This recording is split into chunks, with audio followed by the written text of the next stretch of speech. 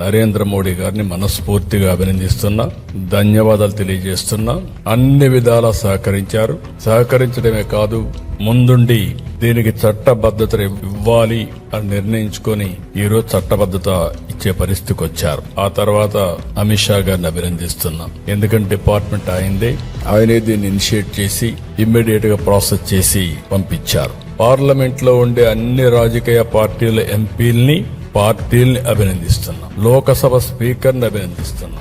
Rajya Sabha chairman ని అభినందిస్తున్నాం. కృతజ్ఞతలు తెలియజేస్తున్నాం. 5 కోట్ల ప్రజల తరపున వాళ్ళందరికీ కూడా ధన్యవాదాలు, కృతజ్ఞతలు. ఇంకొక పక్క ఒక్క పార్టీకి మాత్రం కృతజ్ఞత చెప్పడం, అదే YSR Congress party. Plan A, plan B, ఈ రెండు చూసినప్పుడు నాకు అనిపిస్తుంది ప్లాన్ ఏ మొన్నటి వరకు 3 రాజధానులు 3 ముక్కలాట్లు, ఇప్పుడు ప్లాన్ బి.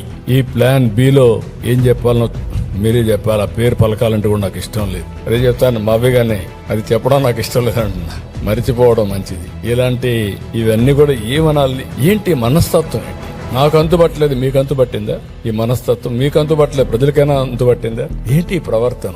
ఏంటి ఇలాంటి వాళ్ళ రాజకీయం చేయడం ఏంటి? మనందరం కలిసి ఏ విధంగా ముందుకు పోతాం? నాకైతే ఒకప్పుడు అందరూ అంటారు సైకో అంటారు, లేకపోతే ఇతనికి రకరకాలుగా మాట్లాడతాను. నేను ఎన్ని మాట్లాడదలుచుకోలేదు.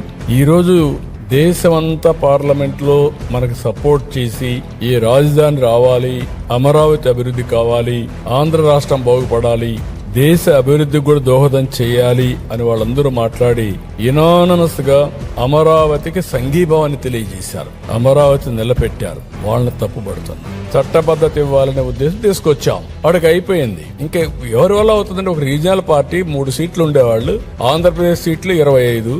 ఒకవేళ చట్టం చేసిన చట్టాన్ని తిరిగి మళ్ళా నువ్వు రాసే అవకాశం కూడా లేదు. అంటే ఇది తుగ్లక్ కూడా అదే మరి చేసి అప్పుడు చట్టాలు లేవనుకో ఆయన ఏం చెప్తే అది జరిగింది. ఇప్పుడు ఎక్కడ జరుగుతుందండి? ఇప్పుడు జ్యుడిషియరీ పెట్టుకున్నాం మనం.